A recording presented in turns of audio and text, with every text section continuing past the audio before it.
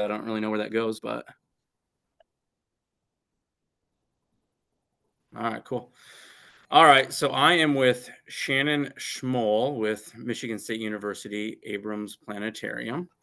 And why don't you just give me a little bit of background on yourself and the planetarium and kind of share what you guys do, how you got into this and all that. Okay, I mean that's a big question. Yeah, I mean I'm Shannon Schmoll. I've been at the planetarium for about 10 years now. And I come from more of an astronomy background. I went to graduate school to be an astronomer and partway through realized I liked teaching more and realized that I was always drawn to planetariums, and so got to sort of change gears partway through and do my dissertation work and graduate work in planetariums and museum studies and education and astronomy. So I kind of got to combine all of those things. And it got me here pretty soon after grad school. And I think this was a dream job, and I did not expect to get it so quickly, but here I am. But the Abrams Planetarium is a very special planetarium. I don't say that just because I work here. I mean, I am biased for sure, but this planetarium opened up in 1964. So we are 60 years old this year, and it was one of the planetariums that got built in the 60s when we had the space race boom of planetariums. So Yeah. because of the space race, the government was like, oh, we need more people who can do science. We need to teach them. How do we teach them astronomy and get them excited? We build planetariums. And so there was this huge boom in the US with planetariums, and we were one of those. And we were built because of a large donation from Talbert and Leota Abrams, who were both they were married for a very long time, 67 years. I learned at a wedding this weekend that was here. Like, oh, okay, you knew that. But yeah, they were both pilots, and Ted Abrams in particular started a company that did aerial photography with a special plane he designed. And so they amassed some wealth, and they gave some of that to have us built in the 60s. And so and then along the way, there have been, as we had more planetariums, the planetarians would meet and have conferences and symposiums and what have you. And uh, we often hosted them at the time. And so it was at the Abrams Planetarium that the charter was written for both the Great Lakes Planetarium Association and the sort of officially unofficial start of the International Planetarium Society. So and we also at one point had a master's degree program in planetarium science. It's not there anymore, but a lot of people I meet at conferences are like, oh, I went there for grad school in the 70s and got my master's in planetariums, Yeah. basically. So I think we are historically a very special place, at least for planetariums in the US in a lot of different ways. And so yeah, that's I guess our history. Did a lot of planetariums kind of pop up around that same time when you said like the 60s when there was that race and, all the NASA stuff, and it was kind of like a big thing going on in probably in the world actually, because it wasn't just us, it was, Russia and Yeah, a lot. I think it was more US based that we saw that big boom in the okay. 60s. So the first like modern projection planetarium was built in Jena, Germany in 1923. That was like the first time they like turned it on and showed people how it worked. And then in May 1925, the first public full planetarium theater opened. So we're like also this year we're celebrating over the course of a year and a half the centennial of the modern planetarium, so it's very exciting. And like a few popped up here and there. The Adler was the first one in the United States in 1930, but then yeah, in the 60s with that space race, like the US especially had a huge boom, and you see that reflected, I think in where we see planetariums. We have the International Planetarium Society. We want to try to make sure planetariums are all included and welcome. And we're also still very North America heavy. And I think that's because of that boom. There was just so many in the US. Yeah. What does it look like if I were to visit the planetarium today? What is, kind of what can people expect when they show up? And, just for the general public, are you guys open, every single day of the week? How does that look, and how do people visit? So we are right in the middle of MSU's campus, Michigan State University's campus. And so uh, during the week, it's always a little tougher because parking is a lot harder on campus. What? We I've never experienced that before.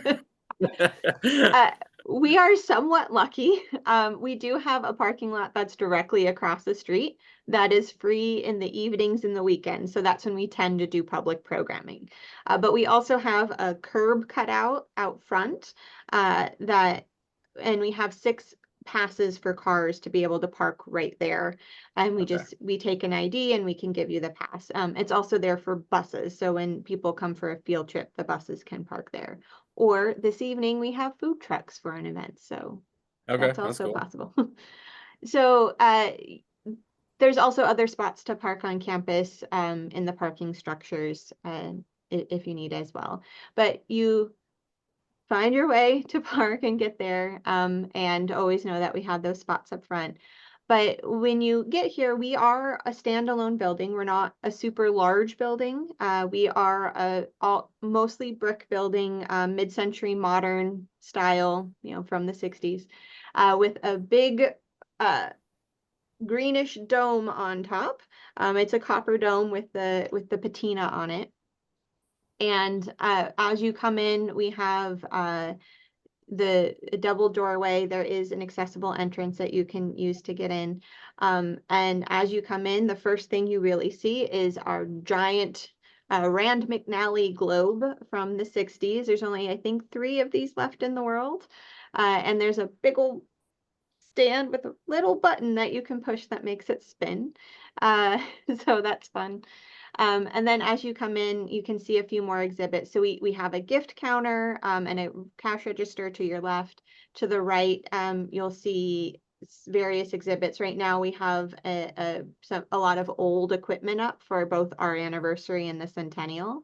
But we also have a meteorite exhibit in the far right corner that has a bunch of space rocks, including a piece of every one that's ever been found in Michigan. We're the only place with that. There's a lunar meteorite. So this is a piece of the moon that got knocked off the moon and then fell to Earth.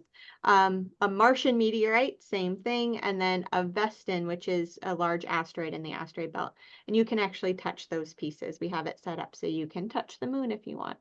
And there's also drawers that you can open that answer different questions that we always get about meteorites. So, and there's a on the left-hand side of the Earth, we have a little play area at a table for young kids. Has a lot of books there. We have a spot where you can take your picture and look like an astronaut.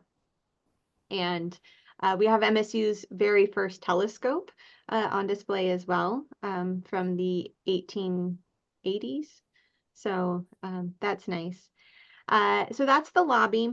There's other exhibits, they change around. But then you can enter through these other doors that take you into the blacklight gallery. This is a long hallway, excuse me, with black lights and UV reactive UV reactive paintings, so they glow under the black light. And so it's Okay, a yeah. long hallway. It's usually kept dark. We can bring up lights if people need that. But as long as you just kind of follow the paintings, there's no barriers in the way. And there are railings along the paintings to kind of help guide you as well. But you can see all of these paintings. A lot of them are original to the building. Some were added later.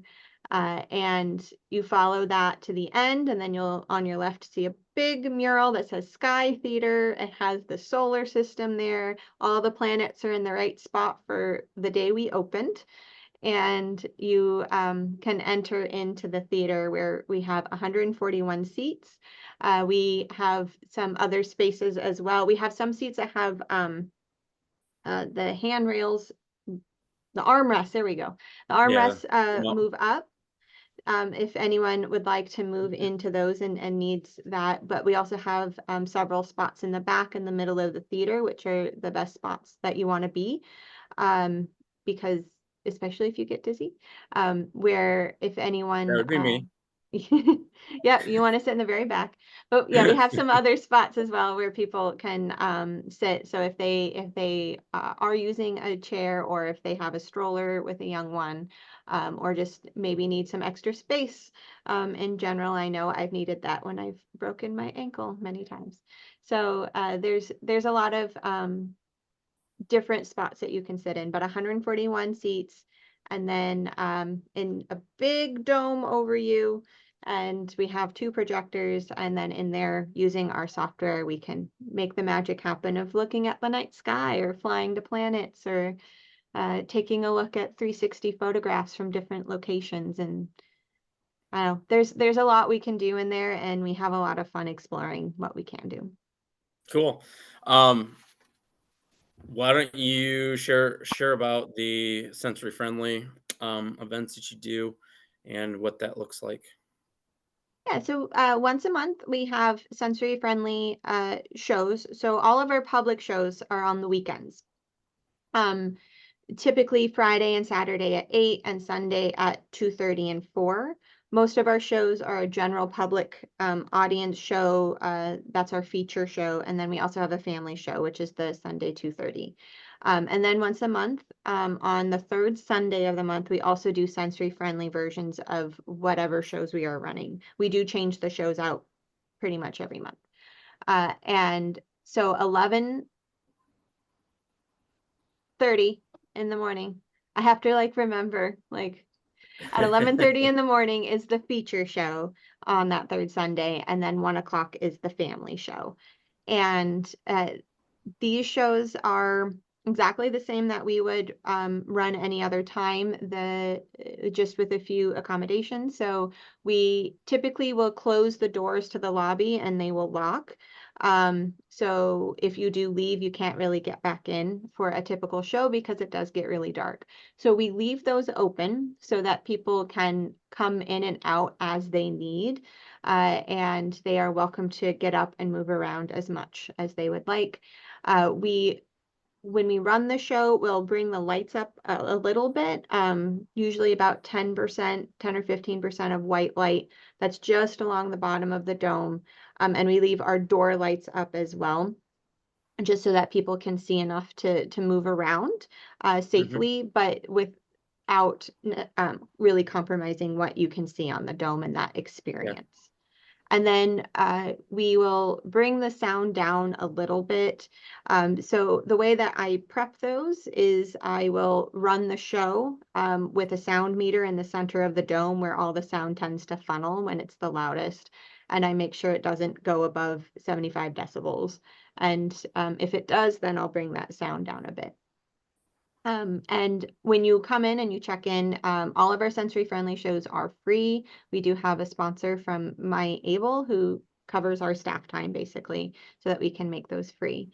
And you also get a piece of paper that explains what to expect. So sort of the order of events, Yeah. and roughly and if there's anything that might be happening during the show, like if there's a lot of fast movement or a lot of weird sounds or anything like that, or if there's like a particular instance, try to give you a rough um, timestamp of when that might happen. uh, Sure. and so that's the first part of the show, though, is the pre-recorded show. We offer a chance for a break. And if the folks who are there want the break, we'll do the break. And if not, we'll just go right into the star talk. And then we do a star talk about what's up in the night sky. So same thing, lights up just a little bit. But otherwise, it's everything we would normally do. And we also end our shows with a big spinning roller coaster called the Mobius Loop. And so we always do that, but we give people fair warning and give them a chance to leave if they don't want to stay through that. What about staff? Staff training for the sensory friendly shows. Yeah, have you guys done anything like that? What's that look like? So when we first started sensory friendly shows, we've worked with Mid Michigan Autism Association a lot when it comes to this. So we reached out to them, and when we were developing the show, and they helped us bring in folks and watch shows and give us feedback and give us a sense of how to do this well. And so they also would come in and train our staff. So all of the full-time staff were trained by them in person, all of our student staff who were there at the time that we started. Subsequent student staff were trained in person. However, between the pandemic and a lot of our staff are students, and so they graduate and they go and move on Yeah, to their right. careers, and we're very happy for them, and then we miss them. But we did talk to them, and they suggested, because we always had trouble trying to find a time for all the students between classes. They have a series of videos. It's about a 2 hour long video playlist that goes through their training process. And Okay. so all of our students and anyone who works sensory friendly has to go through that before they are able to work them. And we tell them, they get paid for that time. I make sure that they know that, because sometimes like students are like, "Oh, I'll just watch these videos." I'm like, "No, you get paid." But so yeah, they have to watch those beforehand, and a lot of our students, once we usually don't just be like, "All right, you guys, you're both brand new to this, go do it." We make sure that there's someone with them who has continued to do it before, so they Yeah. know and they understand the procedure. Yeah, so you said Mid Michigan Autism Association. You mentioned MyAble. Are Mhm. there any other partners that you guys have worked with or are working with or maybe coming up in the future? So, I mean, largely, I think the other folks we work with is Choose Lansing. So Yep. that's our visitors bureau, Yep. formerly the Greater Lansing Visitors and Convention Bureau. You see why they changed it to Choose Lansing. The Um, long, long name. I think Julie YLCB. was pretty pumped that they got that switched up. Yeah, it's good. So they have they're really great champions, I think, of sensory friendly programming in the whole area and Yeah, promoting. they've done a great So job. yeah, so we've definitely worked with them, and I know that earlier on when we first started this as well, they helped, I think between all of these partners, helped connect us with other places doing sensory friendly programming, like the movie theaters. So Yep. one of my students at the time was helping out a lot in this, and like she no longer works here, but she continues to work in this area um, as an aide with students. So she went out to those movies and watched some and talked to them, and also kind of learned a little bit more from them. We also, at the time, um, my colleague's wife had worked at the zoo and was running one of their programs Yeah. there. And so I talked to her a whole lot, and she also helped us connect with people. So, I mean, we very directly work with Choose Lansing, MyAble, and well, we work through MyAble through good marketing in the Yep. area, and then but also, I mean, we're the nice thing about Lansing is that in this area we all kind of know each other, and we meet each other, and we all help each other, and we want everyone to succeed. So there's also just those more informal connections where we just want to be like, "Hey, great job! Can you help me with that?" Yep. Yep. Such a good business community, and everybody's so connected here and friendly. And Hmm. those who are not don't tend to hang around very long. um, yeah. So, is there anything that we didn't cover that you want to share? I think we kind of got everything covered there on the accessibility part. I think you painted a really good picture about what it looks like to come to the planetarium. Is there anything that we missed that you want to throw in there so people know? I went another note. I guess another partner I should mention is Able Eyes. And AbleView. So we do have a 360 walk through tour of the planetarium. We have it embedded on uh, our public show page, our sensory friendly show page, and our group visit page. And so the lobby's a bit outdated at this point because that does change around a whole lot, but Yeah. everything else is pretty much where it is. Yep. And I would also note that our public shows are all on the weekend, but during the week we do group shows and field trips and things like that. And if anyone wants to do a private show, either weekend or during the week, and would like it to be sensory friendly, they just need to let us know, and we can make sure that whatever show it is ready to go. Oh, that's So pretty sweet. yeah. So we do private sensory friendly shows for the Mid-Michigan Autism Association every few months, and they just Oh, pick okay. whatever show they haven't seen yet. Um, and so that's also an option. We're always happy to chat with people about anything that they might need, and do our best to make sure that everyone's accommodated and comfortable here. Cool. Cool. Well, I really appreciate you taking some time to jump on here with us. Yeah, Yeah, thanks we'll for get having me. this. Yeah, we'll get this kind of put together, and this is really our first recorded interview. So I've got a little bit of work on my end to figure out how to put this thing together, but I always say you can figure it out, right? So we'll take this and we'll create an article out of it too for the magazine, Able Connection, and then we'll use this video. We'll probably put it on a YouTube channel and then kind of share it around. Probably get it over to Choose Lansing and Mid Michigan Autism Association. And I don't really have any connections with my Able, but I'm sure I can easily figure that out. Or Yeah, you or can reach send me an out to. email with some connection or something. Yeah, I mean, everything we've done with MyAble is through good marketing. Yep. So I would maybe reach out to them. Sure. Yeah. Yeah, that sounds good. Well, thanks so much for jumping on, Shannon. Yeah. Really appreciate it. Yeah, thank you. Thanks for having me. All right. All right. We'll talk soon. Yep. Bye. Bye bye.